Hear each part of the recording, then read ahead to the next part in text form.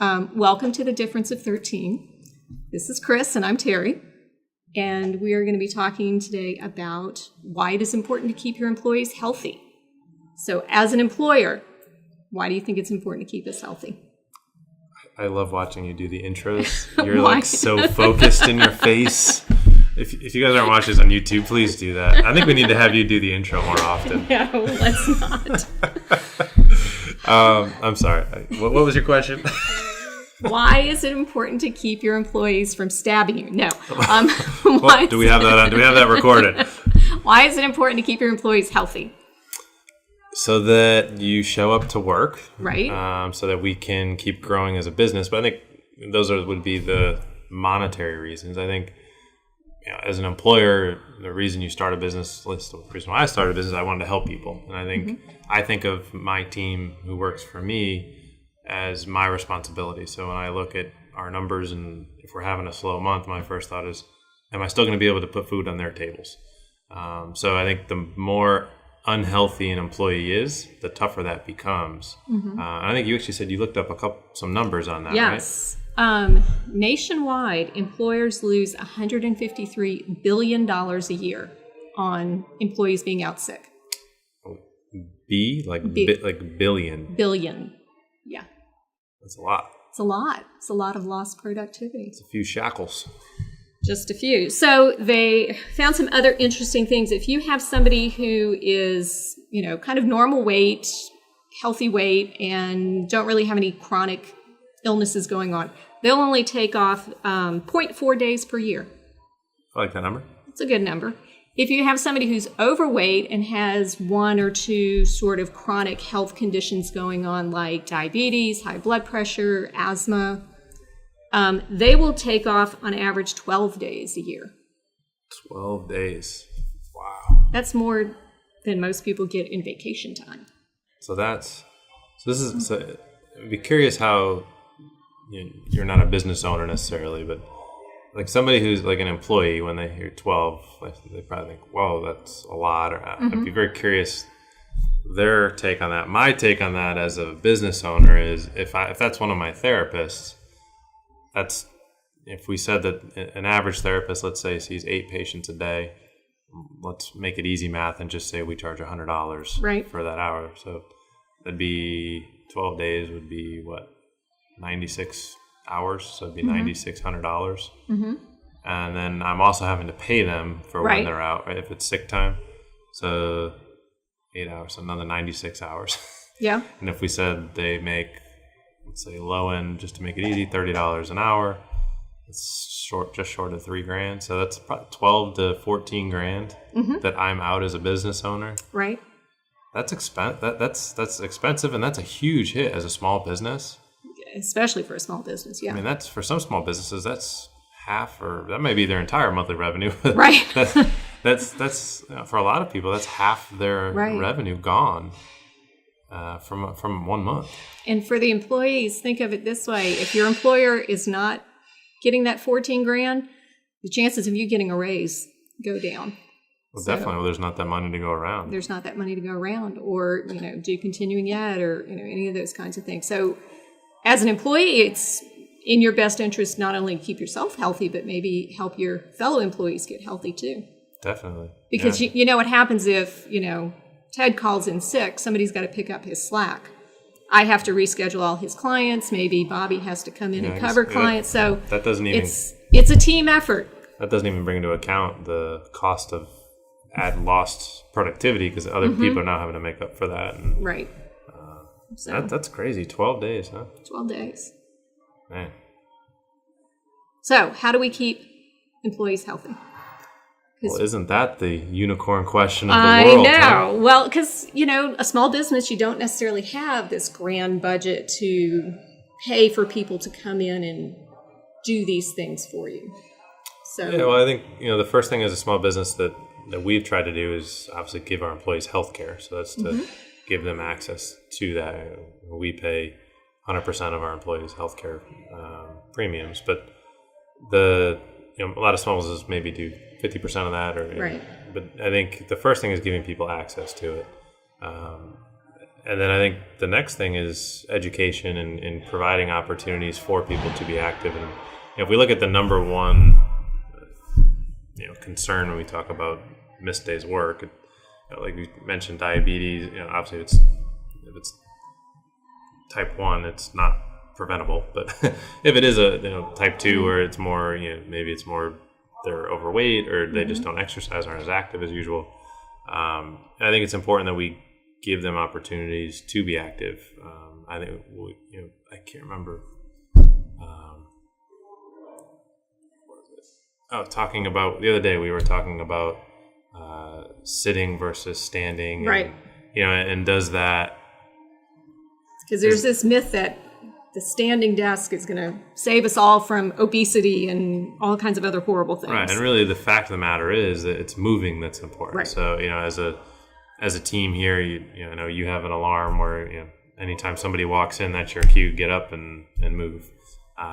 Whether set an alarm every 30, 45 minutes to get up and walk around. If you work in more of a traditional office setting, set a timer and you get up and go get a drink of water once every hour or something along those lines. But I think then just as an employer, you're making it known to people, don't sit. If you see one of your employees sitting for a long time, hey, get up, go take a walk around the building. Yeah.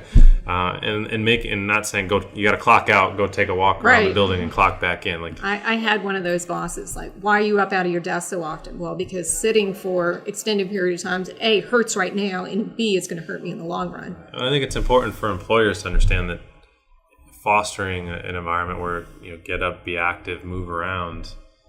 Okay, maybe you lose 15 minutes of productivity, but you gain 12 days back, hopefully. Right. And there's a lot of research that if you get up and move around or you center yourself, you see a lot with kids too, kids with like ADD or where they need to fulfill their need for physical stimulus, and then they can focus better. So if you look at in the pediatric therapy world, we would always schedule physical therapy first or occupational therapy first, knock them around a bunch, fulfill that need. And then you'd put them into speech, where they would have to sit and actually focus on things. So you'd schedule those appointments in that order. And a lot of times your employee gets up, walks for 15 minutes. But how many times do you come back and just feel refreshed and you can focus and you're way more productive at your desk? Right. So I think even though they may not be working at that moment, understanding that getting up and doing something totally different may help you to recenter and refocus. So I think that's very important piece. I think you can also look at, we talk about education. If you park as far away from the office as you can, so you got to walk to it. These are things everybody talks about. Take the stairs instead of taking the elevator. Pack. I think a big issue is food, particularly if we're taking we got food truck rodeos, and you can bring your food, and if you bring a bunch of food and you're just sitting there munching, or a lot of people will have chips or pretzels at their desk, and they just kind of end up, almost because they're bored or just out of habit, they're eating just because it's there. So unconsciously eating. Right. So I think if you're gonna have snacks, pack good ones. Right. But also, portion yourself. Where you say, this is what I need for the day. That's what I do every day. Is I pack what I need for the day. I bring it, and once that's out, I'm out. Well, and if you're an employer who provides snacks, let's go for healthier options. Right. And I think do some education around, a handful is a good serving size for whatever the food may be, or, avoid the soda or the candy bars. Yeah. Whole grains, or, I don't want to say just organic, because there's, depending, actually I saw an article the other day, the organic yogurt actually on average has more sugar than non-organic yogurt. Yeah, you got to be careful with those labels. They're misleading. Well, I mean, it's simple things like water. If your employees want filtered water, check into how much would that cost. Is it really that expensive to give them something like, get everybody a water bottle for the holidays? Encourage them to drink more. I have a little app on my phone that reminds me that I haven't had enough to drink. That's pretty cool. Yeah. Didn't know you were that tech savvy. Yeah, it's got a little fish tank, and if I don't drink enough water, the fish dies? The fish dies. Oh, no. What a horrible app. It's a little dark, but but it's good because explain why you use it then. I don't want my fish to die, so I drink more water. And I think going back into the other reasons why employers should be looking at this, I think you can get into depending on what type of healthcare plan you have, the more usage of the plan that your employees use, it actually can be a little bit more expensive. Mm-hmm. It is tough to prove that. I know, we have a corporate wellness company, and when we talk to other companies, it's hard to show them that, hey, if you use us, we're going to decrease your usage. That's been hard to prove in the corporate wellness world. But if your pricing is based on usage, obviously the healthier your staff is, the less that would cost you. And we talked about the less snacking, the hydration. I think doing or having available some form of self-help education center in terms of what is proper posture, helping your employees understand what a properly set up workstation looks like. Yes. And checking them on it, that they're not always turned one way or that they're not always looking down or hunched over. I know some companies will bring in therapists to do ergonomic assessments and take a look at their entire staff and how can we adjust this, and do education where if they've got 1,000 desks, you're not necessarily going to go and just buy 1,000 new standing desks because that's the new thing. Right. You may just look at, well, how can we help each person individually adjust their workstation so that it meets their ergonomic needs? So for you, we may need to put some books underneath your feet. Yeah. Maybe not. We may not need to get you a new chair, because maybe the chair that you have puts you at a good spot at the desk and where your screen is, but it leaves your feet 3 inches off the ground. Right, and that gets uncomfortable really fast. So we can look, well, maybe the cheap solution is we just put your bag underneath your feet, and that puts you something, then you're flat on that. Yeah. So I think those are some simple solutions that we could use to address those things. Yeah. Well, something that I've had this at a couple of different places I work for meetings. Everybody comes in with their laptop and they sit down. We would sometimes have walking meetings. We would take a walk around the building and chat about whatever. So you're getting out of the workplace, getting some fresh air, a little vitamin D, and you're walking. So it can be beneficial on many levels, and that costs you absolutely nothing. So you don't have to spend a lot of money on these things. We'd also have standing meetings sometimes, which was also good because it kept the meetings really short. Because nobody wanted to stand around for very long. But it was just a different way of doing it so that you were more productive because the meetings were quicker and you weren't sitting in a chair yet again. Yeah. So I think what we want to do to the rest of today is kind of give people resources. So if you are a small business owner, and this is certainly not an exhaustive list. No. This is just what we found kind of with our research and that I have found in looking for healthcare for our employees. There's kind of 4 main areas that you can look for health to get healthcare. SHOP, which is through healthcare.gov. So it's kind of the small businesses basically shopping area to a degree. So it's healthcare.gov, and we'll have Sissy make sure we put all these in the show bio. Then there's private health exchanges. So that's where that, and then there's also called local trade associations, which are a little smaller version of that. But you get a conglomerate of companies who kind of pool together. Okay. A lot of businesses with not a lot of employees may not be able to get a good corporate plan or rate. So they kind of pool their companies like a together. Co-op. Yeah, to a degree. Yeah, yep, like a co-op concept. And sometimes those, that's where if the more you use, the more you pay type deal may start to play in play. And then there's also direct purchase. Now that does take more time on the employer side, where you basically got to call all the companies, and some companies won't deal with you. You have to go through a broker. So, but we'll put all those resources there. Those are generally the 4 options. This is as of today. Obviously, the Obamacare, some of that has been changed with the current administration. So this by no means is well, and that's the thing. All this stuff is it's constantly changing. It's constantly changing. So it is a commitment on the employer's part to keep up with all of this. Right. I know what we did. We were able to go directly to Blue Cross Blue Shield and get a company policy through them. So I can speak to what we did. That seems to have been working pretty well for us. That gives us lower rates than people would get individually. So if you are a business owner, you have to get your own healthcare because you're the employer. So nobody's providing it for you. So when I looked personally for myself and my family, as opposed to going through a business policy, it was probably $1,000 cheaper a month to have the business policy than it would have been to go through it personally for a family of 4. So I think that's something, if you are a business owner out there and you're looking how to take care of yourself and your family, you can kind of get 2 birds with 1 stone, taking care of yourself, your family, and then also your employees.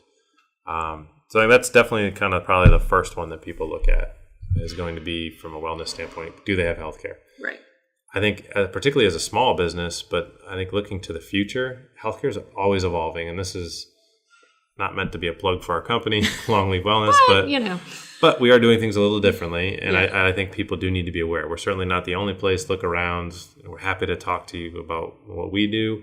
But there's certainly lots of other great people out there doing great things, and more than happy to direct you to them. But telehealth, telemedicine, apps, you can utilize a lot of those for very cheap and effective soft benefits for your employees that solve a couple problems for small businesses. I think one is acquiring top talent. 2 is retaining top talent. Yes. And 3 is rewarding your great people. So you can do things such as, there's tons of mindfulness apps out there. You can buy corporate memberships that may get reduced rates for your employees if people are interested in doing it. We do telehealth physical therapy. There's some companies out there that are doing telehealth primary care visits, those sorts of things.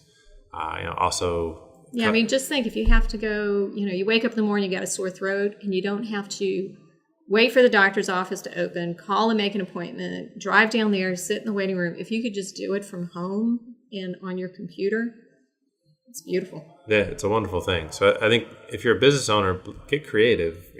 At Long Leaf, we do telehealth physical therapy, which your employees can sign up for a session, the click of a button in their account. They can call and talk to one of our, fitness trainers, strength coaches, asking about their workouts. They can have custom workouts made for them. So one of the big things in employee wellness now is that's not necessarily viable for a small business is, you pay a masseuse to come in and do chair rubs. And yes, that feels good, but it's not really going to be truly effective for making your employees coming to work more often.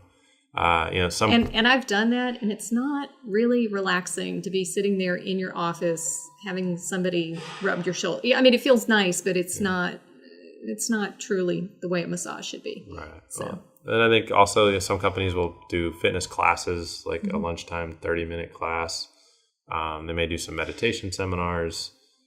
There's lots of other options. We at Long Leaf on the meditation side, mindfulness, we've partnered with some of the top companies and basically give employees free access to it. And we're able to do a lot of this. And I can't speak to what other corporate wellness programs cost. Traditional ones are a bit cost prohibitive for small businesses. Ours start as low, below $20. That's amazing for smaller businesses to be able to implement this sort of a thing. So that's the future of healthcare. That's the future of corporate wellness. I firmly believe that. And hopefully this platform allows us to educate people on what truly is out there, that you're not stuck to the status quo way of paying for people's time. You can pay very little per month to have access, and you just have it there when you use it. And for your employee to be able to call a doctor, like you said, or a therapist if they wake up in pain or sick, and their first call is to them because of a benefit that you've provided them, instead of to you to say, hey, I can't come to work today because my back hurts. Right. Maybe the person that they talk to can actually help them and they can still come to work. So that's where leveraging technology is going to offer you as the business owner a lot of much more cost-effective options to take care of your people, which in turn takes care of your business. Right. And healthy employees are happy employees, and they work harder. Everybody tells me happy wife, happy life. Right. I think the same applies. Happy employees, happy business. Right. So I really hope that kind of this information today gets you thinking about how you can incorporate wellness at work. If you're an employee, simple things, stairs, park far away, control what sort of snacking that you have at your desk. Get up and take walks. If you're on the phone, get up and walk with a headset. Look at how your desk is set up, if you're standing or sitting. We will have a link from here to how to ergonomically assess your desk. That's a free YouTube video we'll put on there. Sissy will put that in the link. And then if you're an employer, please think about the different options that may be out there. Don't be afraid to look at something new. Don't be afraid to use technology to help your people in a way that maybe isn't offered by the traditional corporate wellness world. There's lots of ways to take care of your people. Get creative. Obviously, a lot of people do these challenges, Fitbit challenges, and that can get the culture revved up and excited. But I think really look for ways that, when we talk about ROI, returning on your investment, what are ways that are going to, for the long term, change your employees' health and help them to live happier, healthier lives.